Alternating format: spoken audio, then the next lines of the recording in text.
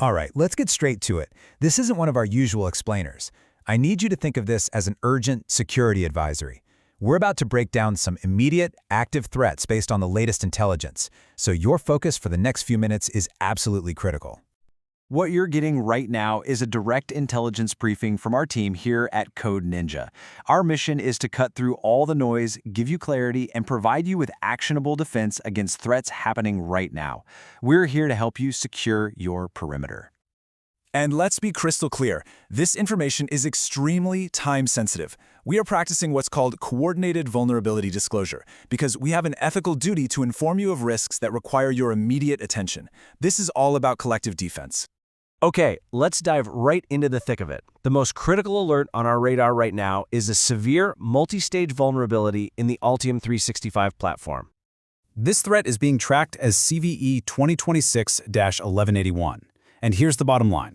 This flaw lets an attacker gain complete, unauthorized access to your design workspaces. We're talking about them blowing right past security controls like IP allowlisting to steal your most valuable intellectual property. And if you're wondering just how bad it is, the industry standard for severity, the CVSS score, rates this a 9.0 out of 10. That's a critical rating. Anything in that range demands that you drop what you're doing and take action. Now here's where the story gets really interesting. How our understanding of this threat evolved so quickly. On January 19th, it looked like a standard cross-site scripting bug in a forum. No big deal, right? Well, by the 21st, the whole picture changed. The advisory was updated, and it revealed the real danger, a deep architectural flaw involving a permissive cross-origin resource sharing or CORS policy. That little forum bug, it was just the front door. So the crucial point is how these two weaknesses are chained together. An attacker plants a malicious script in a forum post. Then, when one of your authenticated engineers views that post, the script executes and uses that weak CORS policy to pivot, completely taking over their session and accessing your secure workspace APIs. It's a classic and devastating two-step kill chain. And this really drives home the real-world stakes. This isn't just some abstract technical glitch. As Synergo's consultancy points out, this is a direct threat to your business. It's industrial espionage, all starting from what looked like a simple forum bug. Now let's widen the lens for a second, because the Altium flaw isn't an isolated incident. It's actually part of a much wider pattern of failure in identity and infrastructure security that we're seeing across the board right now. Next on our high priority list is CVE 2025-66567. This is a big one. It's a critical breakdown in the Ruby SAML library, which is used by countless applications for single sign-on. The vulnerability allows something called a signature wrapping attack, and the end result is a complete authentication bypass.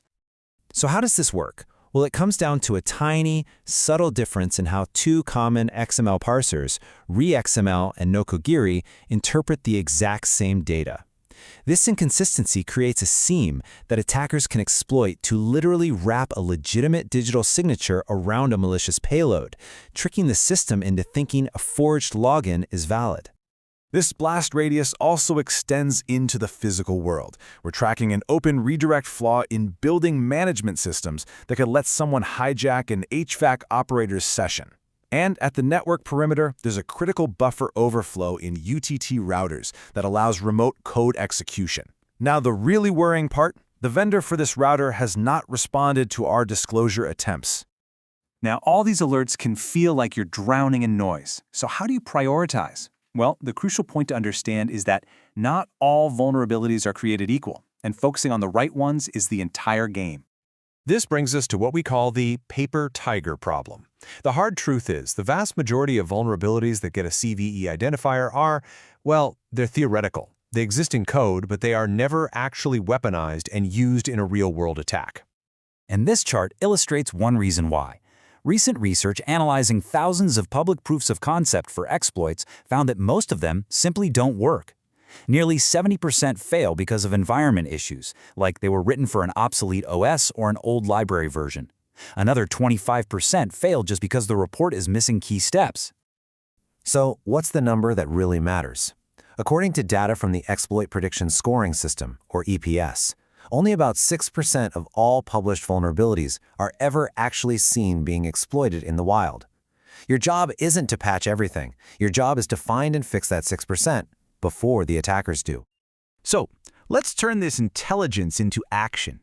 This is not theoretical. This is your defensive playbook. This is what you must do right now. For the Altium 365 threat, first, apply vendor patches the moment they are available.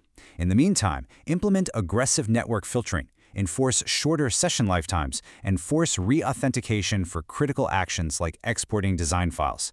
And finally, you absolutely must increase monitoring for any unusual download activity. To defend against the SAML collapse, upgrade your Ruby SAML library to version 1.18.0 or later immediately. That is the priority. Beyond that, harden your XML parsing configurations, monitor your authentication flows for anomalies, and configure your web application firewall to block known signature wrapping patterns. And for your operational technology, isolate those management interfaces. Your HVAC controller should not be on the public internet. Put it behind a VPN and enforce multi-factor authentication. For devices like that UTD router where the vendor is unresponsive, your only option is network segmentation. Isolate it and block all traffic to the vulnerable service. Look, we're bringing you this advisory because we operate under an ethical mandate.